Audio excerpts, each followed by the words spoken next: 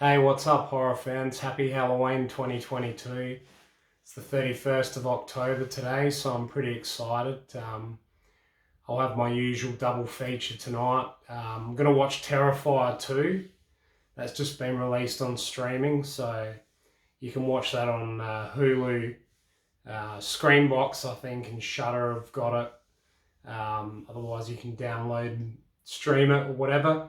But yeah, I'm going to watch that tonight. Been waiting a while for that one. Can't remember when the first one came out, but looking forward to watching that. And then I was thinking about watching Halloween Ends, but my brother said to me, "It's don't even waste your time." So that was pretty disconcerting. I was looking forward to it. We tend to share the same taste in horror movies, so I don't know what I'm going to watch yet, but Terrifier 2 is definitely on the list. But I thought I'd do something different today for Halloween. It's the 40th anniversary of some big horror movies this year. This is one of them, as you can see. I'll give you a closer look at this shirt. I wore this in the last video.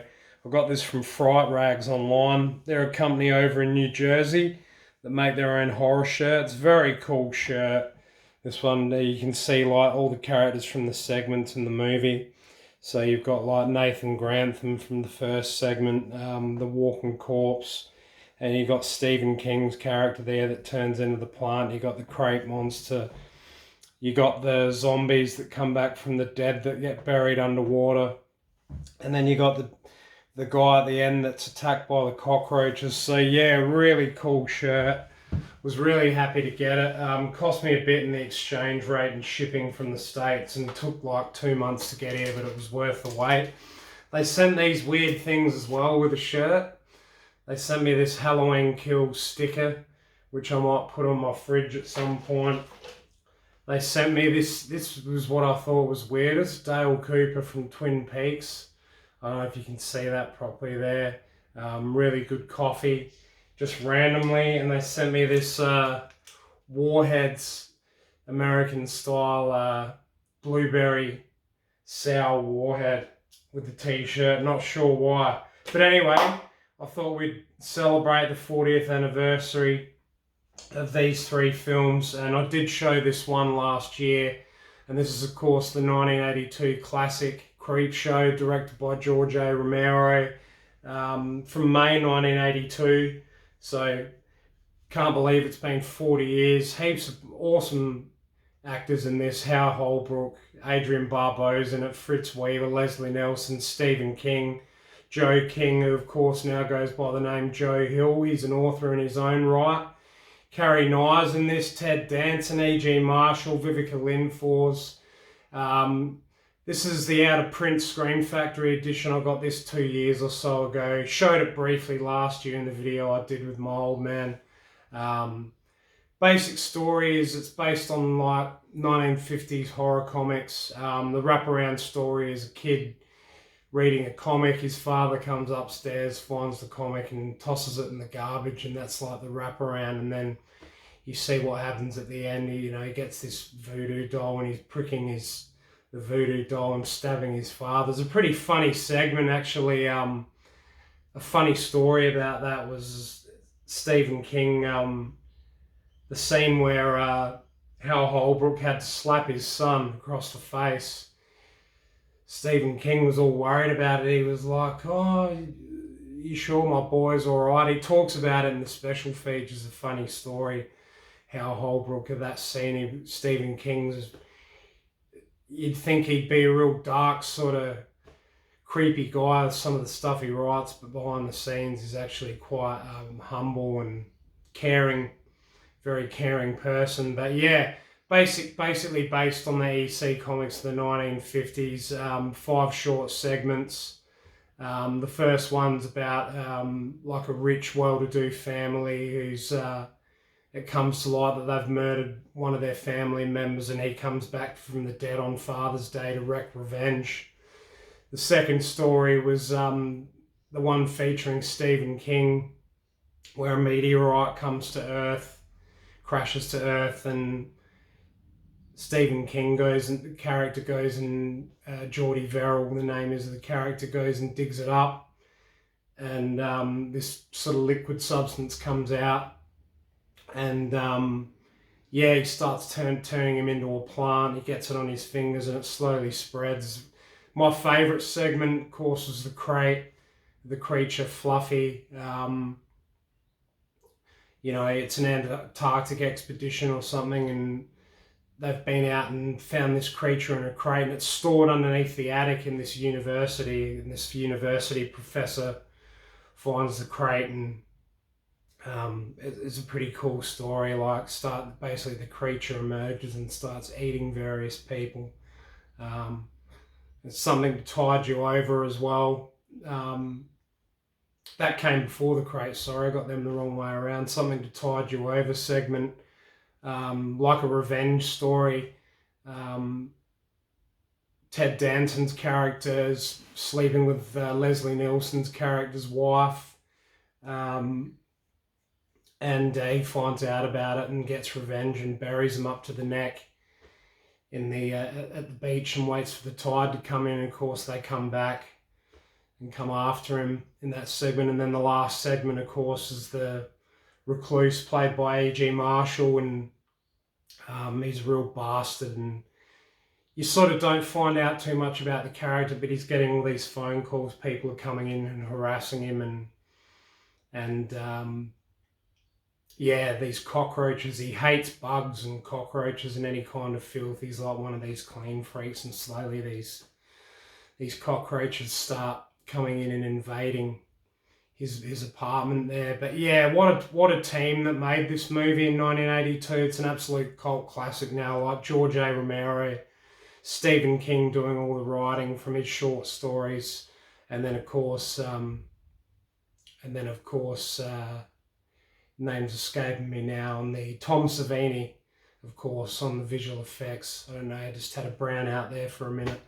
But yeah, absolutely incredible team behind this. And what I'll do, I'll give you a quick look inside this pack, because it's quite a unique little package, this one. Yeah, so what you get with Creepshow is you get the slipcase, and then you get the original artwork. So that's newly commissioned artwork there, that collage by Scream Factory.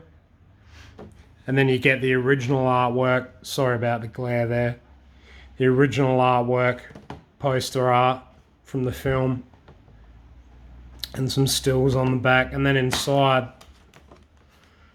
was this really cool alternative artwork. Really awesome looking, like the style of the original comic there. So you can flip it around if you like. That's a bit better on the glare. You can see that better there.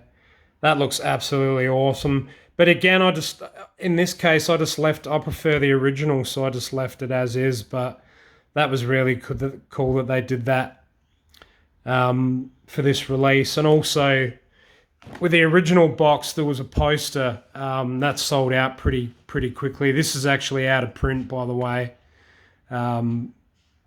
It's only really selling on eBay as such, and I think it's not too bad though. It's going for about the same as what I got it for, about $70-80, but then it creeps up from there, and there's not that many around, so I'm glad I got it when I did.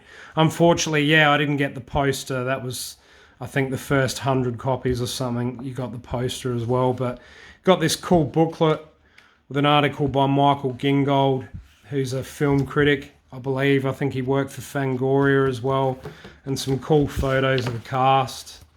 A big essay and write-up from Michael Gingold on everything about this film, what went into making it, the effects, the colours. You can see the really vibrant reds and greens and yellows that they used in this. They really focused on making it like a comic. And yeah, I'll never forget, I forgot to mention before, going out and getting this from the old radio rentals days. Me and Mum, I think, went to get an old VHS player, and I picked up 3 VHS movies while I was in there, and this was one of them. And that would have probably been about 1984 or something like that. So the other two were Razorback, the Australian like wild boar movie. Keep flipping this over because it's been in the box for ages. Razorback, and the other one was Fade to Black, a slasher movie from the early 80s. So yeah, that was my introduction to Creepshow on VHS. But yeah, really cool booklet. There's the late great George A. Romero there with Stephen King when he was quite a bit younger, and there's a cool photo on the back of the corpse. And also I thought this was a pretty cool shot of the guys there. Tom Savini, of course, at the front, the makeup artist, with Stephen King at the back on the left and George A. Romero on the right. But yeah, that's a closer look at the Scream Factory edition of Creepshow. It's definitely worth picking up. Again, 4K scan. This hasn't actually been released on UHD 4K as of yet, but yeah, looks absolutely amazing, the job that they did. If you're in Australia, you'll need a Region A player or Region 3 player to play it because it's American, so imported from the States. So yeah, awesome pickup. A heap of special features on here as well. Scream Factory certainly went all out on this release. Of course, it's the new 4K scan of the original camera negative, supervised and approved by Director of Photography Michael Gornick. New audio commentary with Michael Gornick. New Terror and the Three Rivers, a roundtable discussion with members of the cast and crew. New The Comic Book Look, an interview with costume designer Barbara Anderson.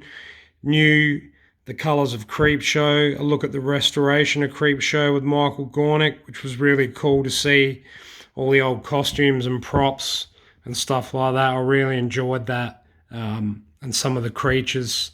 Audio interviews with Michael Gornick, actor John Amplis, property master Bruce Allen Miller, makeup effects assistant Daryl Farrell, Tom Savini behind the scenes footage, Horror's Hallowed Grounds, a look at the original locations, deleted scenes, theatrical trailer, heaps of stuff on here and more as well. I won't go through all of it, but yeah, definitely the definitive pickup as far as Creepshow goes at the moment.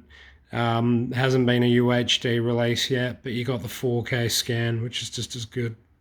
Another favourite of mine, celebrating its 40th anniversary, of course, is John Carpenter's The Thing from June 1982. Came out the same month as Poltergeist. A lot of cool movies in 1982. Kurt Russell was in this. Huge movie for him. Doing a lot of cool movies around that time, you know, Escape from New York and Big Trouble in Little China. And yeah, Kurt Russell's been in some great stuff. Wilford Brimley's in this as well. J.K. Carter. David Clennon's in it. It's got an all-star cast. Keith David, Richard Dysard, Charles Hallahan, Richard Masur. All great actors. Some of them are dead now, unfortunately. Yeah, again, can't believe it's been 40 years. This is from a UK company, Arrow Video. It's is it a 4K restoration? Yeah, 4K restoration, so not a UHD disc.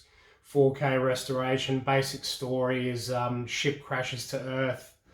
There's an Antarctic expedition out in the middle of nowhere, and they come across an abandoned camp. They're attacked by some Norwegians, and the trail, they find these maps on the bodies, and the trail leads back to this Norwegian camp, and they find a creature there, the remains of a creature there, and they also find another one buried in the ice. And this creature has the ability to take the shape of any life form on Earth, so it can become anything from a dog to a human to basically anything you can think of. So that's the most dangerous thing about the creature, that it's able to take the shape of these of anyone at any time without anyone else knowing about it, and trying to kill it off's a nightmare. But they did a spectacular job on this. I can't speak highly enough of this movie. It was absolutely panned at the time, and they said a lot of it was to do with the fact that it came out the same year as E.T., So this, whereas, you know, E.T. was a really uplifting, if it's still sad movie, E.T., I remember everybody crying in that movie. I don't think anybody's seen that movie and not cried watching E.T. It's just such a tragic film. But this had the opposite effect. It was hated at the time just because it was seen as vicious, and everything I think that was going on in the States as well in the 80s, with like the Americans and the Russians, and we won't go into all of that, but like the fear of communism, and I think they saw this film as like a reflection of that. But John Carpenter did an amazing job, and so did Arrow.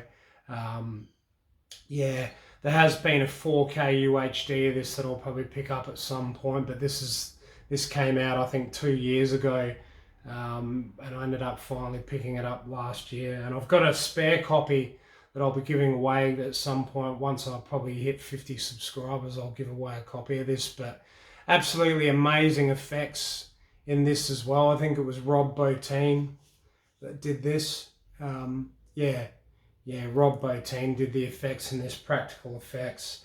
And I'll show you a closer look inside this one as well, because it's got some cool artwork and stuff.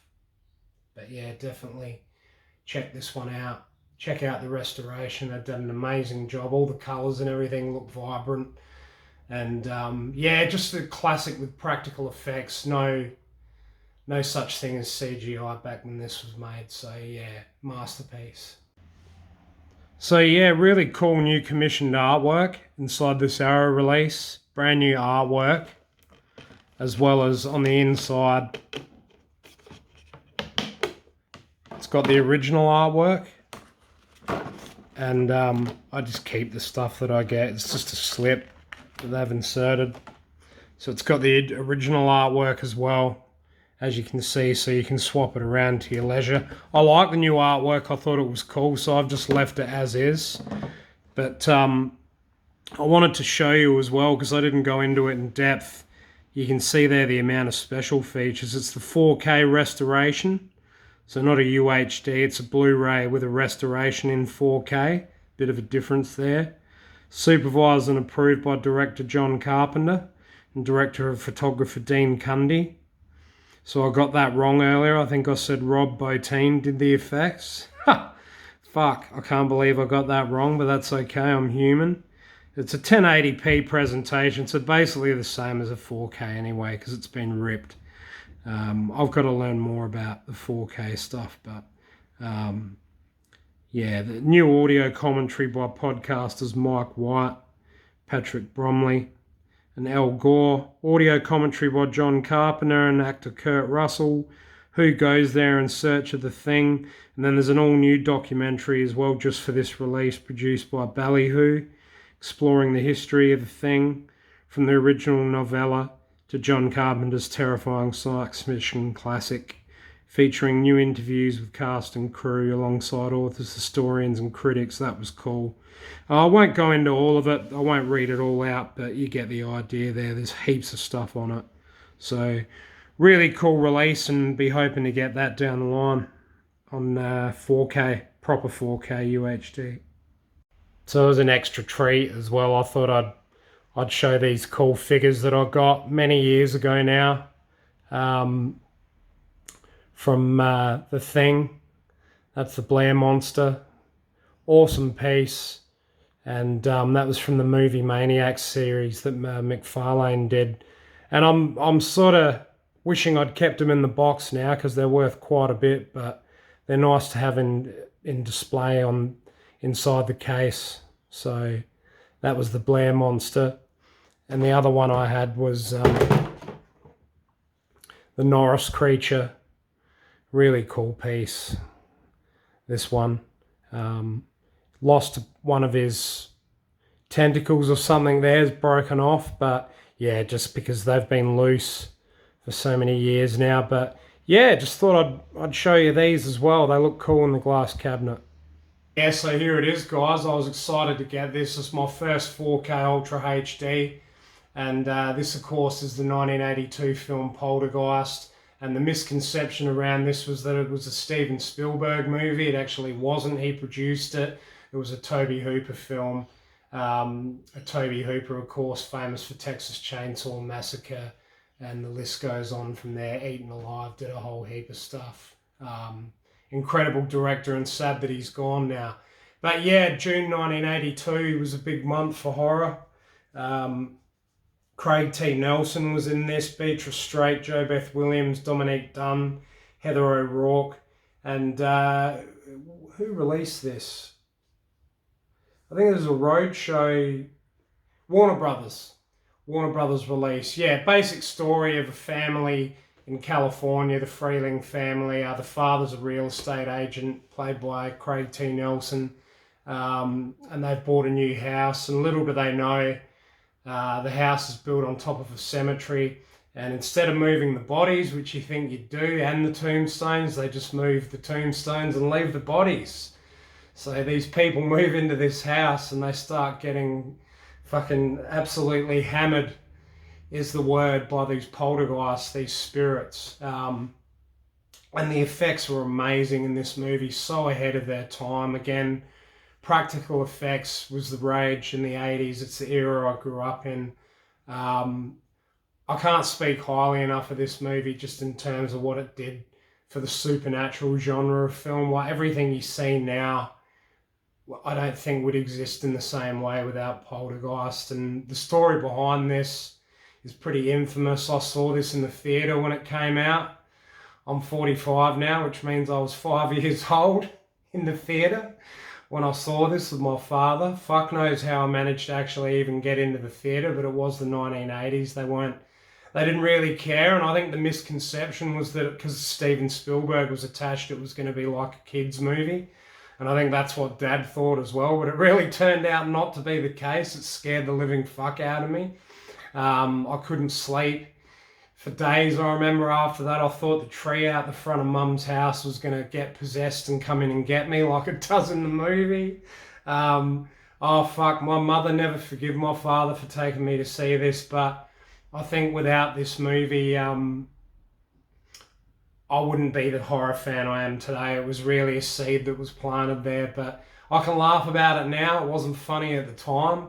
But yeah, really quite a scary movie. Still scary to watch to this day. There are a couple of features on here.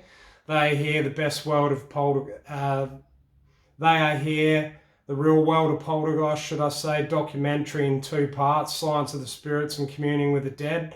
The Making of Poltergeist, and there's a theatrical trailer on this one as well. I can't wait to watch this on 4K for the first time. It only just came out in September.